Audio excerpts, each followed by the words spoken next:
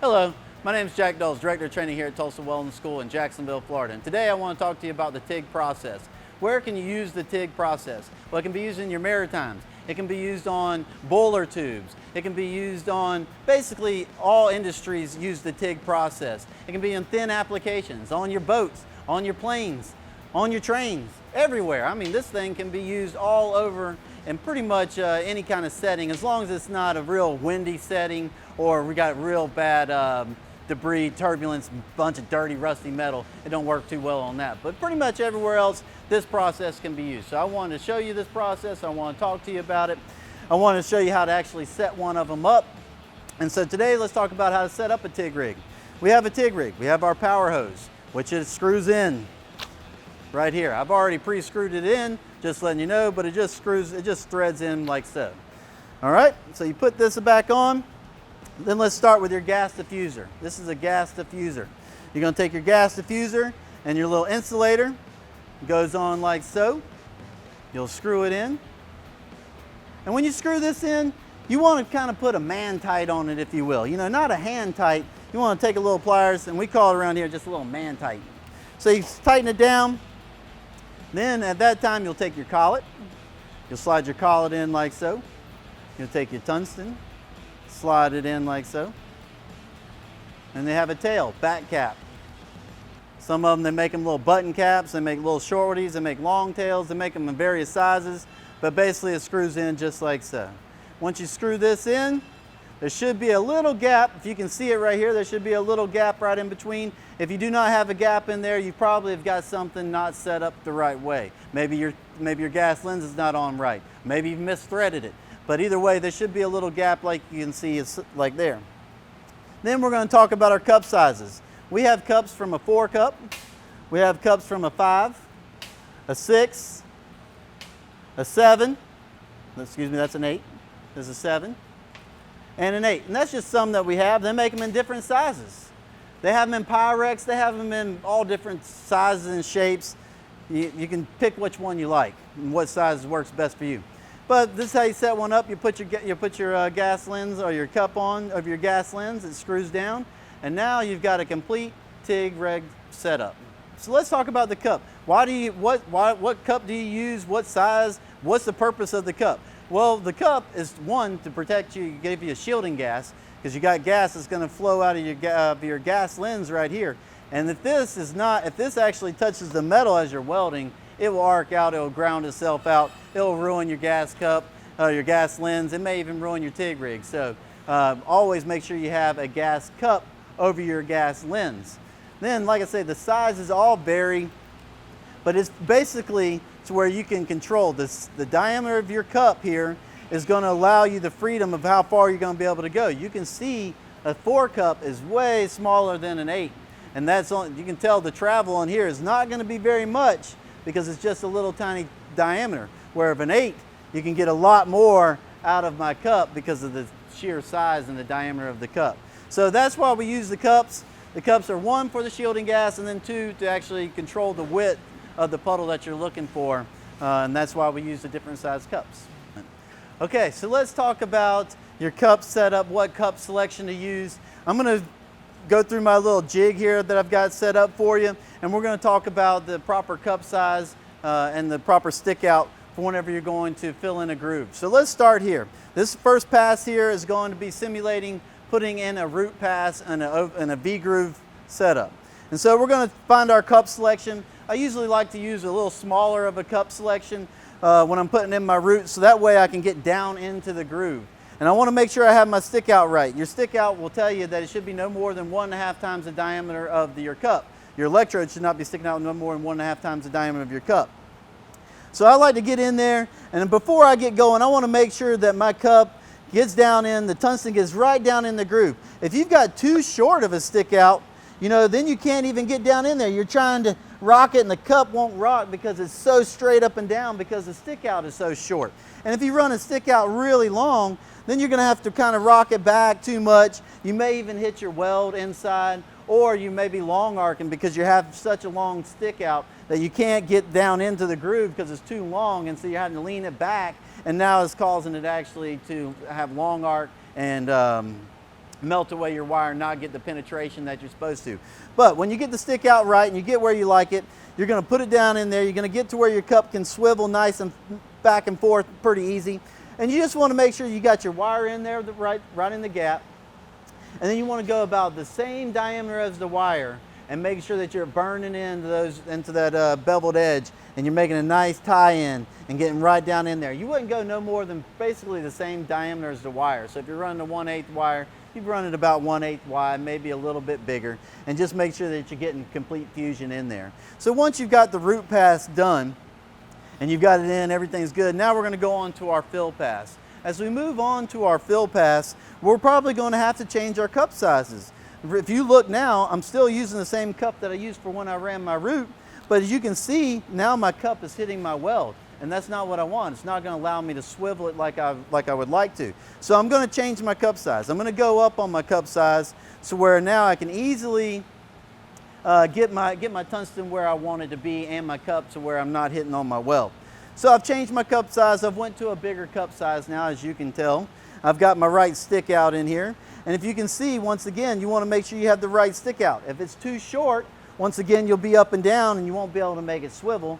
And if it's out too long, then my cup's going to be resting on my weld and I'm not going to be able to swivel it the way I want. So make sure you get your right stick out. Once you get your right stick out, then you can just get back into the groove just like you did on the root, nice and smooth, just swiveling it back and forth, just a little bit wider than what you ran the root pass. Make sure you keep your head in front.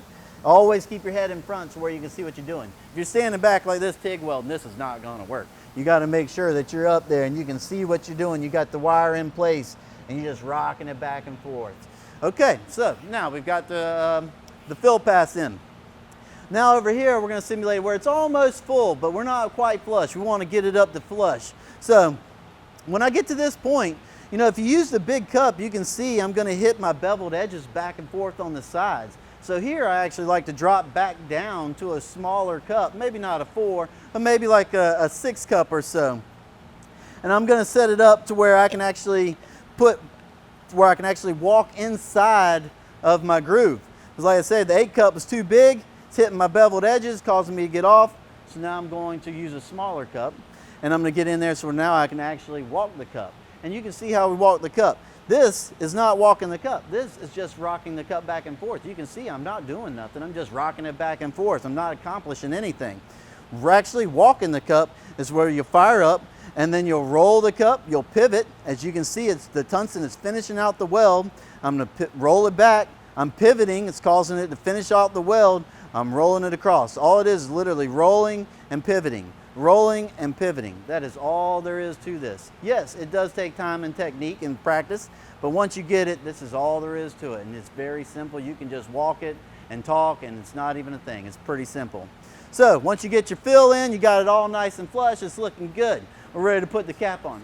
Okay, so I just showed you how to put in your proper fill pass using the right cup. So now we're going to move on to actually doing the cap pass. And when you go to the cap pass, I like to jump to the biggest cup, usually an 8, maybe a 10, maybe a 12, whatever you like. But I like to go to a bigger cup. That way I can get the most travel out of my cups where I can get the really nice pattern going there. So I'll get to my bigger cup, you know, and right now we'll use an 8 cup. And I'll make sure my stick out is right. Once again, I'll check it, make sure that it's not going to hit the weld and that I've got the right stick out going. Once I've got all this established, I'll actually get everything set up. I'll fire up, I'll get a nice little liquidy puddle, and then once again, it will go right back to just rolling the cup, pivot, roll the cup, pivot, roll the cup, pivot, roll the cup. And that's all there is to this was your welding and making a nice little TIG pass is just rolling this cup, pivoting, rolling the cup, and pivoting. It's not that hard. But I'd like to take this, instead of showing you on this kid stuff, let's actually do the real thing. So come on, I'll show you. Well, welcome back. Welcome back. Glad y'all are back. Okay, so we've got everything set up now. I've got a 5-inch pipe set in the 2G position. I'm going to show you actually how to put a TIG root in. I've already went ahead and got it all tacked up and got everything set, the gap right, and got our TIG rig set up. I've got my tungsten set out the way I want it at the right distance. So let me show you actually how to put a TIG root in. Before you get started, make sure you got your gas on, make sure all your stuff is set up, all your polarities on the right. And we're going to get it set up like so. And before I fire up, I'm just making sure everything's working correctly, everything looks good. I like it, looks good. Y'all ready to weld? Okay, here we go, we're gonna weld.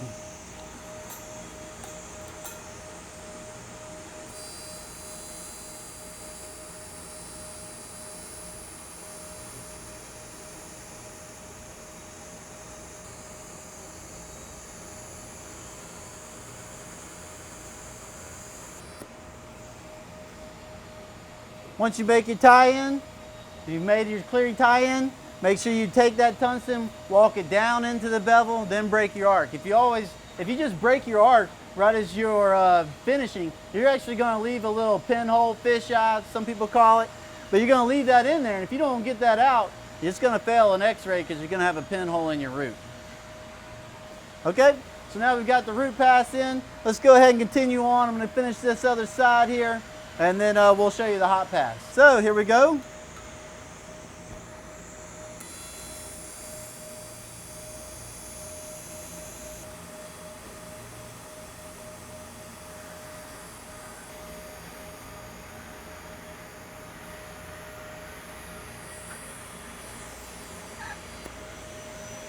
So now we have completed our root pass.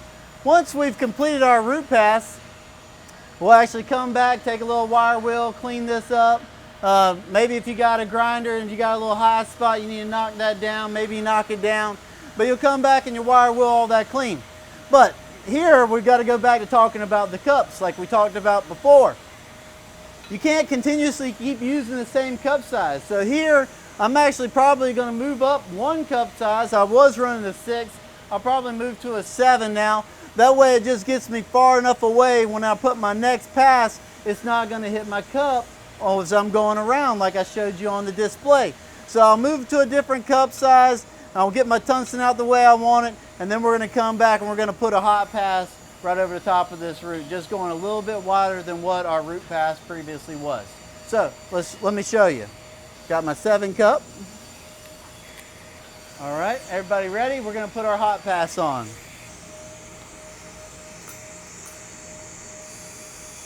Get a little hot liquidy spot, get my wire in. Make sure I keep it at the top of my toe line. I'm just going to spread it out. Just rocking the cup up and down, nice and smooth. Taking our time, making sure it's fusing in top, bottom, top, bottom.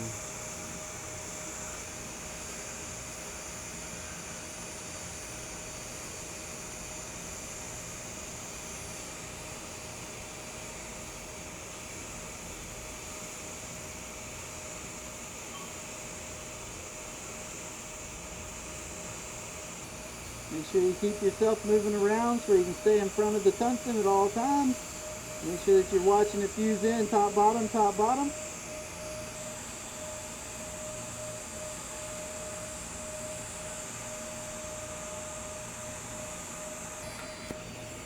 Okay.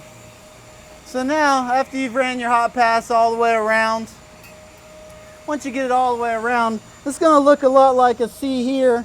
I went ahead and made one out just where you can see it.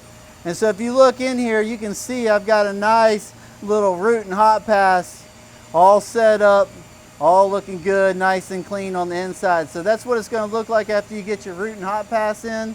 Nice and tight, nice and clean. And then you'll go back and you'll do a little wire wheel and just kind of clean it up. And we'll go on, I'll show you how to run a fill pass. So let's talk about running a fill pass.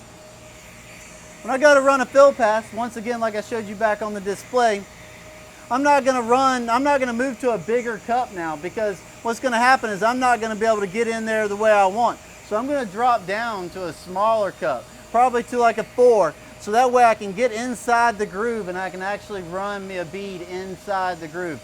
And I'm going to show you here in just a second.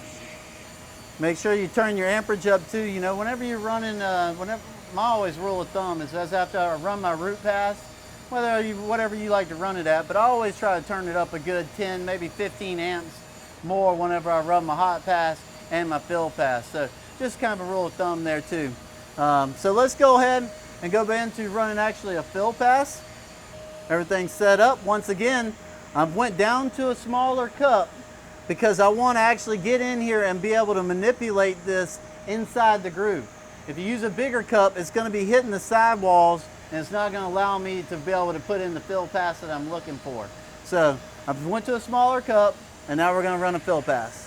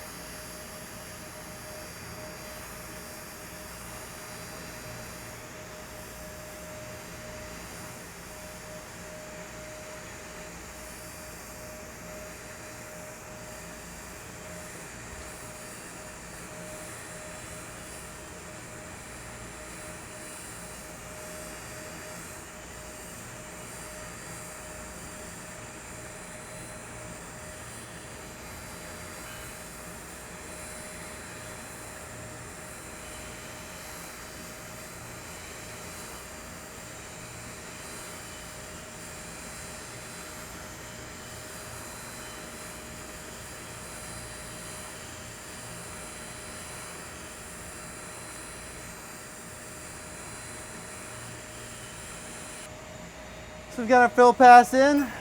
That's the first pass. We're going to come back and put another pass across the top here. As you run on a thicker piece of pipe, you may have to run multiple passes in there. It may take pass after pass after pass. If you're running on a real thick piece of pipe, let's say schedule 120, schedule 160, you're going to have to run multi-passes in there. It may take 12, 14 passes to get it filled up the proper way. Going to run our next pass. Here we go.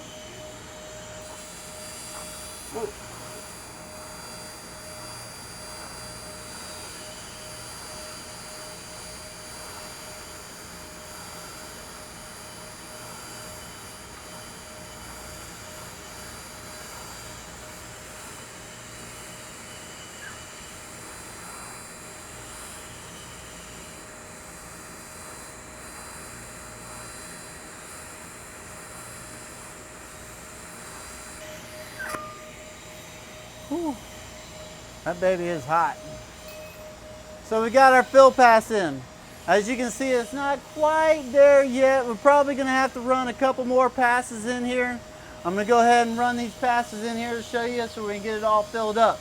But before I do that, once again, check your cup size. Make sure that your cup size is the right cup for the application that you're wanting to put in.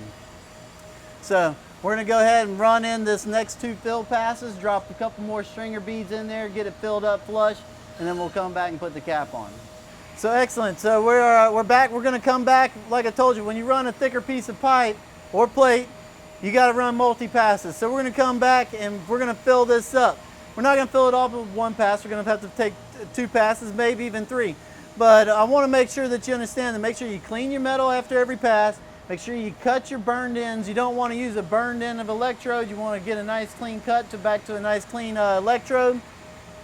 And I'm going to talk to you as I weld through this one. But what we're trying to do is I'm putting my rod about middle of the way, right about middle of the pipe. I don't want to have it down to the bottom. Reason being is if you have it down, when you go to spread it, you can't see where you're spreading it. A lot of times you'll spread it over your beveled edge. And once you lose your beveled edge, you're not going to have a guide to keep it in straight. So I'm going to take it right down to the beveled edge. And once again, your cup size is important like we talked about before. So make sure you got the right cup, the right tungsten stick out, clean wire, clean metal, and you can make a nice weld. So y'all ready? Let's make a weld.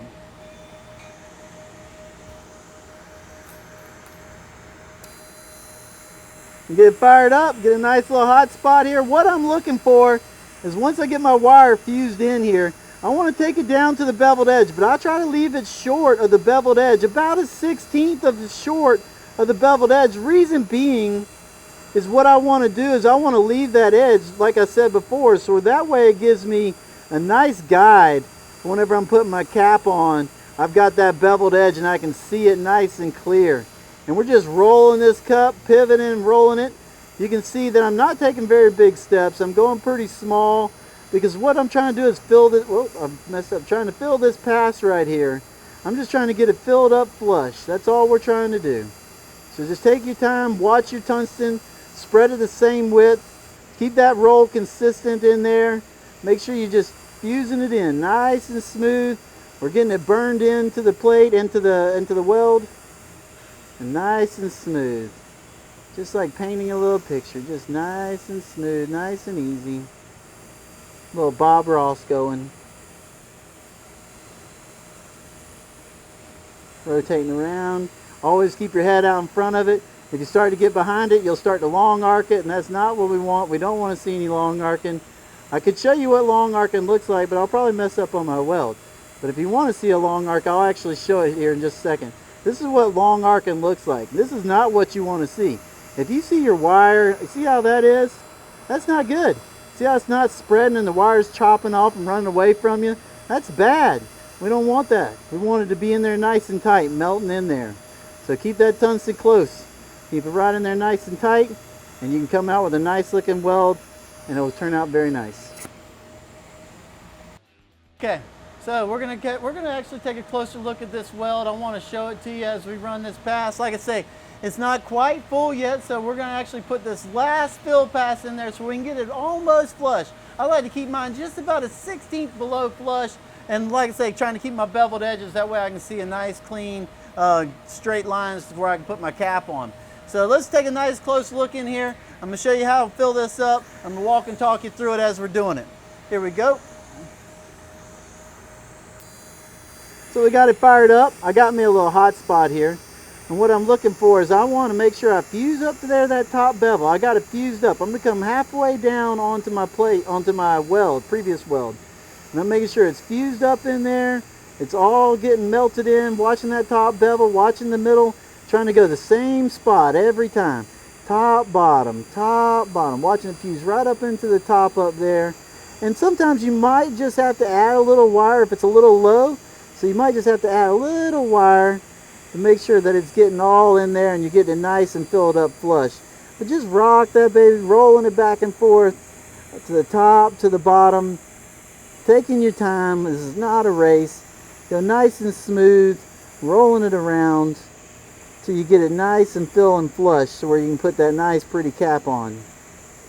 Just take your time, watch the tungsten, watch it fuse to the top, watch it fuse to the bottom, making sure it's getting in there the way it's supposed to.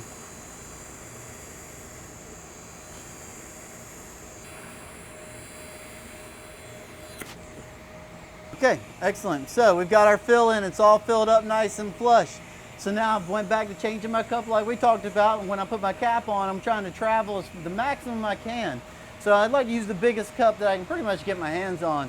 We're going to use a 7 or 8 cup right now to put the cap on. You may like to use a little bit bigger, you may like to use a little bit less. That's entirely up to you, but we're going to use a 7 cup, and you can get in here and watch and see us put this cap on.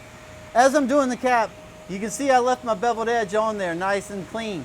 We're going to try to take it just over the beveled edge. So I'm putting my wire about right here in the middle of the pipe, and I'm going to spread my metal down. It's much easier to spread your metal down than it is to spread it up. So if you got it all down like so, it's very easy for it to run way over the bevel. So make sure you keep your wire up, and it's easy to bring that metal down.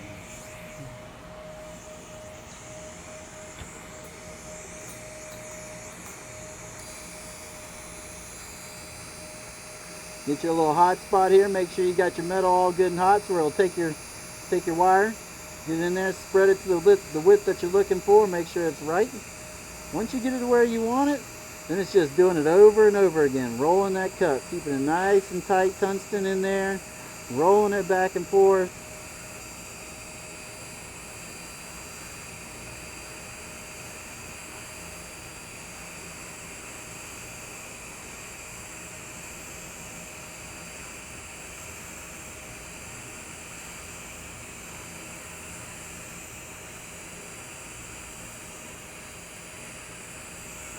Keep your head up with it. Keep it always where you can see what you're doing. Keep moving around with it.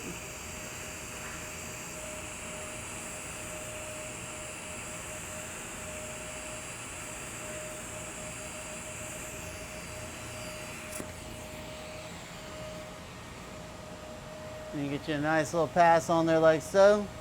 Got you a nice little cap pass going. Looking good. Kept it right just over the beveled edge. That keeps everything nice, straight, and uniform. Let's go ahead and put this top cap bead on, and we'll be done with this.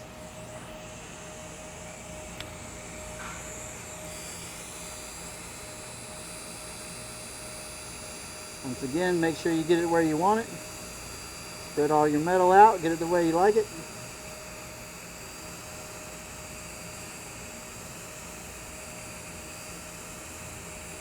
And then just about keeping that tungsten nice and close, nice and sharp. Keeping everything focused right in there nice and tight. Just going up over the beveled edge. Making sure you're getting good fusion in there. Just take your time. Make sure it's all fusing in very well. And going top to bottom, same spot, back and forth. Just rolling that cup, rolling and pivoting, rolling and pivoting.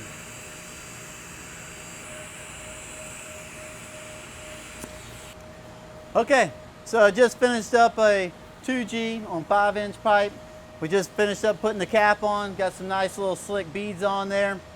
And now we ran that just for your demonstration. We wanted to show you all the steps as we go along because we were talking about the right cups, the right tungsten, where this process is used. So I wanted to show you those step by step. I went ahead and ran one out on a 2-inch pipe in the 2G position just where you can see what one looks like all the way completed.